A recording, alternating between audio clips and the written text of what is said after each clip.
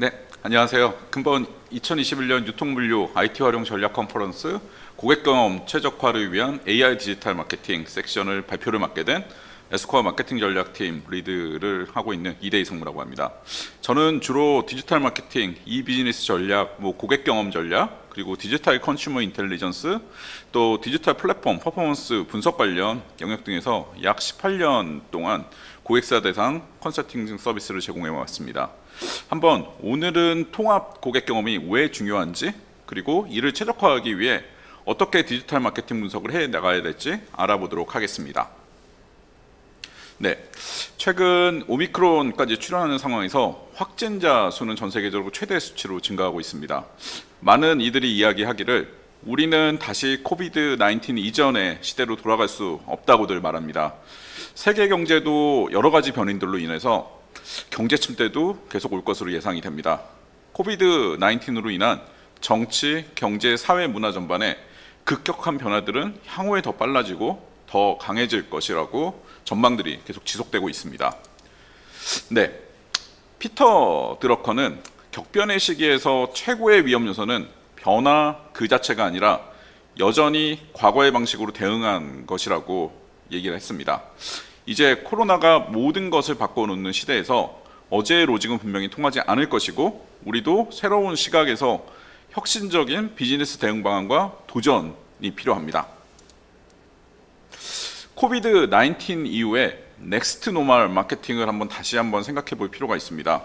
과거만 하더라도 서베이 기반의 데모그래피, 그리고 판매 사원, 그리고 매장 전시, 콜센터, 그리고 아웃바운드 콜 같은 퍼스널 커넥션 기반을 통해서 전통적인 타겟 마케팅이 이루어졌었고, 팬데믹 직전만 하더라도 CRM이나 온라인 등 기반한 통합적 마케팅 분석 기반의 어떤 지표, 트래킹들이 막 주를 이루어가고 있었는데, 하지만 팬데믹 이후에 어떻게 변할지 모르는 상황에서 전방위적인 CRM 360, 그리고 예측 기반의 온라인 행동 및 소비자 분석, 그리고 AI 기반의 고객 행동 측정이나 개인화 메시지 같은 거의 실시간적인 압박 속에서 다각적인 분석들이 필요하게 됐습니다. 이러한 급격한 변화 속에서 우리는 다시금 원점으로 돌아가 고객 경험 강화라는 본연의 중요성을 상기할 필요가 있다고 생각합니다. 과거의 구매 고객 여정, CDJ라고 불리우는 커스터머 디시전 전이 속에서 고객 경험이라는 것은 대체적으로 구매 자체를 포커스하면서 구매 전후 단계에서 구매할 제품, 구매한 제품에 대한 지원 서비스에 한정이 되었습니다. 하지만 CEJ라고 하는 커스터머 익스피리언스 저니 고객 경험 여정상에서는 각 단계별로 일어날 수 있는 고객 니즈별 차별화된 고객 경험 요소들을 제공하고, 구매한 제품의 단순한 지원에 그치지 않고 고객 개인별 차별적 경험 요소를 기반한 제품의 사용성 확대를 통해 만족도를 높이거나 연계 상품들을 체험하여 고객에게 또 다른 고객에게 레코멘드할 수 있는 통합적 자세로 바뀌어 나가고 있습니다. 첫 번째로 통합 고객 경험이 중요한 온라인 고객들은 제품, 브랜드에 대한 기대 및 요구사항들이 정말 증가하고 넘쳐납니다.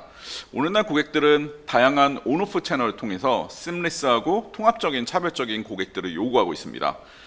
초기 경험 체험 단계에서도 VR 존을 통해서 개인화된 어떤 시나리오들을 제공하고, 시나리오들을 기반으로 고객이 어떤 체험하는 부분들, 또 나만의 라이프 스타일 기반으로 AI 보이스 기반의 루틴을 제시하고, 또 서비스 단계에서도 모바일 웹이나 모바일 앱 페이지 등 나의 경험 접점 히스토리 등을 통해서 오레이즈 온 케어 서비스를 제공해 줘야 하는 부분 등 지속적으로 세분화되고 확장되어 가야 합니다.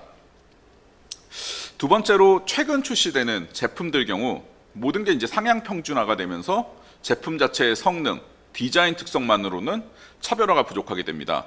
예를 들어 최근 출시된 모바일 폰 제품만 보더라도 유사한 디자인, 하드웨어 스펙, 제품 기능 특성 모든 게 되게 유사합니다. 이 부분에 있어서 차별화된 서비스, CX 경험들을 통해 구매 단계에서 개인화된 오퍼링, 그리고 매장 정보, 결제 플랫폼, 픽업 서비스 예약 같은 부분, 또 사용성 측면에서도 원투원 트레이닝이라든지 차별적인 사후 서비스 제공 등 다양한 기반의 CX에 대한 경쟁력 강화가 필요합니다. 세 번째로 성숙도가 높은 시장일수록 기존 고객이 불만족스러운 경험으로 인해서 이탈하지 않는 것이 되게 중요하고, 또한 고객 유지를 위한 지속적인 로열티 제고 필요성이 증가하게 됩니다. 그래서 많은 선도 기업들은 이탈 방지를 위해 제품 사용 주기 분석 등을 통해서 타 제품 서비스로 이탈하지 않도록 계속 메시지를 제공하거나 지속적인 소식을 통한 웨이크업 콜, 그리고 제품 사용 중에 서비스 증상 발생 시에는 코로나 같은 시대에서는 리모트 서비스를 제공하면서 지속적인 always-on 케어들을 하고 있습니다. 또 재구매의 구매 주기가 도래한 고객들을 대상으로 트레이드인 오퍼라든지, 또한 고객 등급화를 통해서 장기적인 어떤 패키지 플랜 제공 등을 통해서 구매자들 간의 긍정적인 경험들을 가지고 브랜드와의 스토리를 계속적으로 확대해 나가고 있습니다. 우리는 이러한 고객 경험의 중요성 관점에서 누구, 즉 who를 타겟팅해야 되는 관점에서 많은 분들이 미래의 소비 주력 계층인 MZ 세대와의 락기는 어떻게 할 것인가를 많이 고민하고 합니다. 어떻게 보면은 기존 세대들에게는 지역, 어떤 성별, 되게 1차원적인 어떤 그룹 단위의 제한적인 경험들을 제공해 왔었지만, MZ 세대에게는 어떤 하이퍼 퍼스널라이제이션이라고 하는 초개인화와 하이퍼 커스터마이제이션이라고 하는 맞춤형 오퍼링들을 제공하지 않으면 관계 설정 자체가 되게 어렵게 되었습니다. 무엇보다 이미 MZ 세대가 기성 세대를 추월하여 실질적인 소비 계층이 되었고, 새로운 브랜드에 대한 개방성으로 어떤 마케터에게나 어떻게 보면은 신규 고객의 확보에 좋은 기회로 다가서게 됐습니다. 이들은 사실 트렌드에 맞게 다양한 브랜드를 즐기는 것을 되게 선호하고, 또 직간접적인 브랜드 경험에 반응하면서 지인이나 어떤 소셜 채널 내에 본인의 어떤 브랜드 제품에 대한 경험들에 공유하거나, 또 인플루언서 같은 사람들의 어떤 추천을 매우 신뢰하고 있습니다. 이제 게다가 어떻게 보면 이제 웨어이라고 하는 이제 디지털 채널 관점에서 채널 자체에 이제 경계가 소실되고 있습니다. 이 좀 더 우리가 내려가서 그 Z 세대라고 하는 분들 같은 경우는 아예 모바일 퍼스트 소통 및 인기 있는 소셜 미디어 채널을 중심으로 해서 소셜 쇼핑까지, 플랫폼과 쇼핑까지 이루어지고 있고, 어떤 라이브 스트림 기반으로 실시간 방송을 통한 소통과 또 쇼핑, 그리고 CS적인 스테이지까지 함께 이루어지고 있습니다. 즉 디지털 채널이 어떤 알리기 위한 채널, 그리고 뭐 쇼핑하기 위한 채널에서 경계가 무너지고, 브랜드에 대한 경험, 그리고 제공 가치의 중점 등 채널 전략을 우리가 고려해야 되는 부분입니다. 세 번째로 왓의 어떤 컨텐츠 관점 측면에서 세대별로 한번 브랜드 로열티의 영향 요소들을 한번 분석을 해봤습니다. 22세에서 36세 소비자의 레인지에서 보면은 감성으로 응대하는 부분들이 로열티 상관 지수에도 되게 높게 나왔었던 부분들이 있습니다. 이 이모셔널 리스폰스라고 하는 부분들이 어떤 정직성, 성실성, 신뢰성, 친수성 같은 브랜드가 이런 것들을 주어야만 사람들이 좋아하는 반면에 37세에서 52세 같은 부분에서는 도리어 이제 가격 경쟁력이나 프로모션 쿠폰에 따라서 사실 좀 더 이 합리적인 사고방식에 대한 어떤 탐색적인 방식들이 좀 더 유용했던 부분들이고요. 그래서 감성적 컨텐츠로 기반에 접근하지 않으면 안 되는 부분들이 있고, 이런 관점에서 트러스트워시라고 하는 진정성 있고 신뢰할 수 있는 정보들, 두 번째로 서프라이즈하고 딜라이트한 어떻게 보면 세분화된 취향과 문화, 그리고 어떤 이 계절성의 시저널리티를 반영한 라이프 스타일 연계, 그리고 이제 마지막으로 리스폰시브 앤 라이브 같은 사회적 이슈와 개인의 니즈에 상호 소통하는 컨텐츠를 통해야만 이들과의 로열티를 증대하는 부분들이 필요하다고 할 수 있겠습니다. 네. 다음 그림은 제가 되게 좋아하는 그림인데요. 우리가 과연 이런 통합적인 고객 경험을 최적화하기 위해서 어떻게 해야 될 것인가 관점에서 흔히 말하는 여러 채널, 여러 소스, 여러 유형의 데이터들을 저는 식자재라고 보통 표현을 하고요. 이게 데이터가 식자재인 거고, 뭐 물론 가비지 인 가비지 아웃이라고 해서 데이터도 당연히 신선도라든지 퀄리티가 있습니다. 우리는 이러한 데이터를 이렇게 셰프처럼 분석하고 또 비즈니스 오리엔티드되게 가공하는 부분들이 되게 필요합니다. 너무 이를 사이언스 측면의 관점에서 보다 보면은 이게 되게 아카데믹하게 변하는 부분들이 있는데, 이 마케터들 관점에서는 되게 아티스틱하게 이를 비즈니스 도메인과 연결해서 해야 되는 부분들이 있고, 마지막으로 이 가공된 데이터들을 갖고서 회사 내부 구성원 등의 공감을 갈 수 있도록 아름답게 플레이팅하고 포장할 수 있는 스킬이 필요합니다. 그래서 그렇게 분석된 결과물을 갖고서 우리가 하고자 하는 어떤 타겟, 후 관점, 채널 웨어 관점, 컨텐츠 와 측면에서 접근을 해야 된다고 생각을 하고 있습니다. 당연히 여러 가지 디지털 마케팅 분석 기법들이 활용될 수 있고, 시간 관계상 제가 이제 몇 가지 한번 예시를 준비해 봤습니다.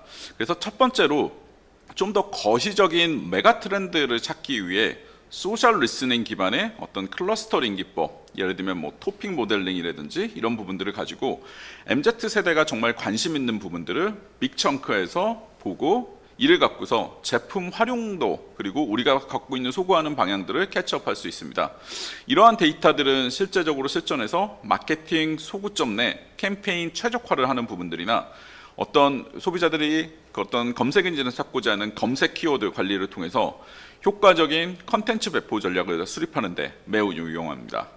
두 번째로 조금 더 내려가자면 수년치의 브랜드라든지 제품을 언급했던 소비자의 어떤 언드 채널에서의 빅데이터를 기반으로 예를 들면은 아주 디테일하게 소비자가 언급했던 품사 구조를 분해하여 저희가 자사라든지 경쟁사에 대한 브랜드에 대한 형용어, 수식어 분석들을 통해서 브랜드별로 실제 소비자들이 어떤 이미지를 갖고 표현하는지 그리고 경쟁사 대비 자사 브랜드의 어떤 키, 유닉 셀링 포인트 컨텐츠는 어떻게 만들어야 되는지를 어떤 빠른 속도의 기반으로 주기별 아니면 시즌별 효과적인 마케팅, 커뮤니케이션 전략을 수립하는 데 활용이 가능한 부분들이 있습니다.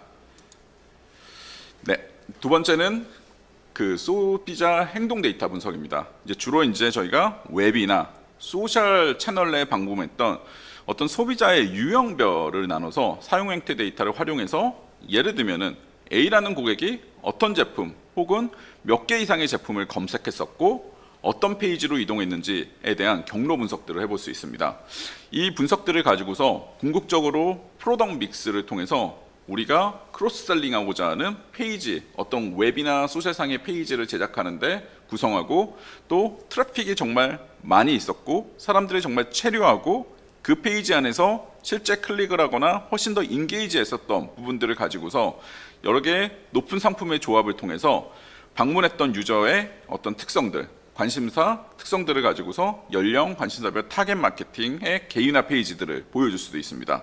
또한 그들의 행적들을 따라가다 보면은 그들이 실제적으로 탑 멘션드 했었던 어떤 기울들을 통해서 사용자 유형별로 어떤 관심사라든지 페인 포인트 같은 정성 분석들을 할 수 있습니다.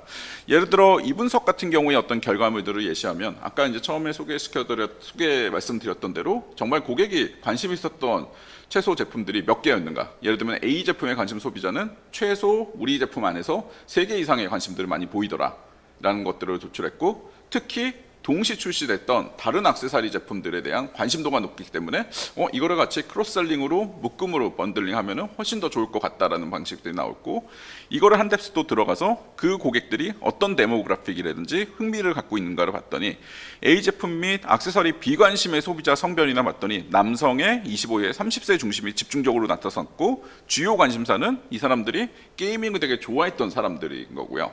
이걸 바탕으로 우리가 이 사람들이 실제 구매를 했거나 아니면 관심을 갖고 남겼었던 글들을 한번 다 분석을 해봤더니 정성 분석들을 해봤더니 해당 제품과 연동해서 게임이나 영화에 중점 사용하고 싶은 니즈들을 발견했고 반면에 어떤 멀티 포인트로 이거 기능들을 사용하기를 되게 원하고 있으나 이거에 대해서 실제적으로 구현된 사용성에 대한 불만들이 표출되기 때문에 이런 불만들이 퍼지지 않게 관리하는 것들이 되게 중요하다고 할 수 있겠습니다. 네. 다음은 세 번째입니다. 보통 저희가 메가 트렌드라고 해서 되게 많은 그 소비자들의 의견을 중심들로 어떤 빅데이터 분석들을 하고 하지만 도리어 반대적으로 소수의 의견, 아웃라이어라고 될 수 있는 소수의 의견을 발견해 가지고 선제적으로 이 소수의 의견을 탐지하여 그 중요대에 대한 파급력들을 분석할 수 있습니다. 이게 때로는 어떻게 보면 리스크 관리 팩터로서 장기 위험군을 초기에 발견하고 리스크에 대한 평가나 관리 체계에서 이를 막는 부분들도 하나 있을 것 같고 두 번째로는 아직 메가 트렌드나 트렌드화되진 않았지만 신규 니즈의 어떤 초기 포착들을 해서 경쟁사 대비 우리가 먼저 선출시를 해가지고 이 부분들을 붐업시킬 수 있는 비즈니스의 어떤 평가 가치로 활용할 수 있는 부분들도 있습니다. 네. 그리고 네 번째로 제품 사이클, 라이프 스타일 사이클이라고 하는 어떤 반응 부분들인데요. 보통 이제 제품들이 우리가 R&D가 끝나고 나서 공개 전, 그리고 어떤 이제 제품의 어떤 공개 행사, 그리고 실제 이제 매장이라든지 온라인상에 이제 깔리는 출시 전, 출시 후에 어떤 성숙기, 그리고 되게 많은 사람들에게 이제 알려져 가지고 이제 쇠퇴기까지 주요 어떤 제품의 사이클 단계별로 저희가 이제 디지털 마케팅의 어떤 KPI 그리고 어떤 KPD 같은 목표들을 선정하고서 이를 지표적으로 관리하고 중요하는 부분들이 있습니다.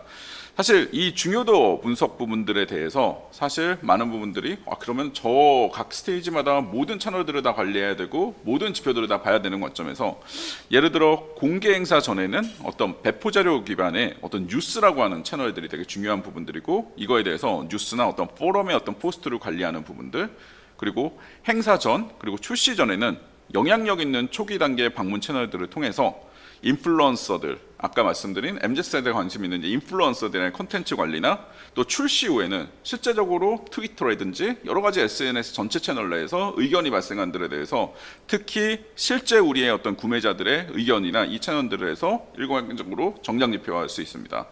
이 모든 것들이 각각의 이제 여러 우리가 갖고 있는 제품들 가지고서 여러 횟수 동안 축적된 사이클을 기반으로 여러 가지 데이터가 쌓이다 보면은 이 중요도에 대한 채널들을 가지고서 여러 개 제품군이라든지 어떤 시즌얼별로 다르게 관리할 수 있는 부분들로 최적화된다라고 보시면 될 것 같습니다. 네. 다섯 번째는 이제 마지막으로 이제 좀 이미지 쪽입니다. 사실 보통 이 디지털 컨텐츠 쪽을 만들기 위해서 이미지 어떤 비저닝 분석 기법들을 저희는 이제 활용해 볼 수 있습니다. 사실 그동안 이미지 비저닝 기법들은 주로 이제 뭐 구글이라든지 이제 플랫폼 회사의 영상들을 인식하거나 이런 용어로 많이 이제 기술적으로 많이 쓰이고 있었는데요. 저희 같은 경우는 사실 소비자들이 스마트폰으로 카메라로 촬영한 UGC라고 하는 이제 자체 만든 컨텐츠 내 다양한 이미지나 영상 내 객체 특징들을 잘 발라내고자 했었습니다. 그래서 현존하는 비저닝의 어떤 딥러닝 모델에서 명암 그리고 이제 크기 어떤 그리고 채도, 밝기 같은 촬영 시점, 이게 과연 밤에 찍었느냐, 뭐 낮에 찍었느냐, 뭐 성별 연령대, 그리고 뭐 촬영 효과, 막 이런 부분들을 속성들을 추가 학습시켜서 이 비저닝의 어떤 딥러닝 모델을 구축하고 추가적으로 계속 고도화해 나가고 있습니다. 과연 어떤 분들은 컨설팅 회사가 왜 이런 것까지 하시냐고 물어본 분들이 있는데요. 최근에 디지털 마케팅 전략이라고 하는 것을 수립하기 위해서는 단순하게 되게 벙벙한 하이레벨적인 게 아니라 실질적인 데이터 기법이 반드시 필요하고 이를 방법론적으로 이제 잘 전략에 수립하는데 적용해야 되는 부분들이 있습니다. 그래서 좀 더 이미지나 영상 분석 기법들을 통해서 전략 분석을 했었던 케이스라고 보시면 될 것 같습니다.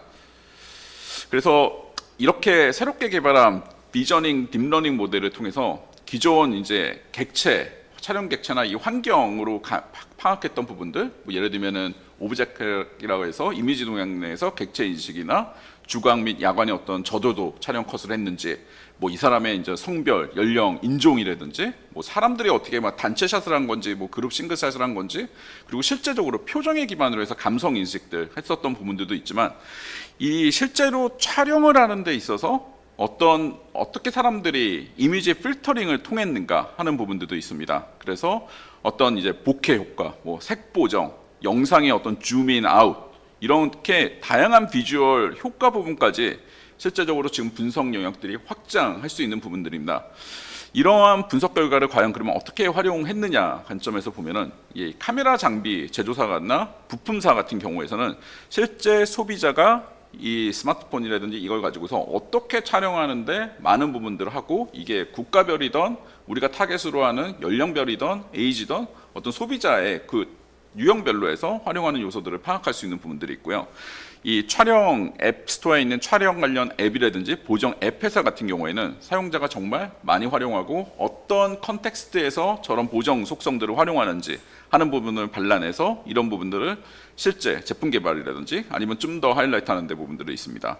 사실 이제 저희는 이제 세 번째로 디지털 컨텐츠 만드는 회사 입장에서 MZ 세대들이 최근 UGC 선호하는 영상 요소들을 통해서 저희가 도리어 이거를 역으로 활용해서 타겟군에 선호하는 크리에이티브에 하는 만드는 부분들로 삽입해가지고 좀 더 와닿는 컨텐츠를 만드는 부분들로 이용했었던 그런 분석 결과였습니다.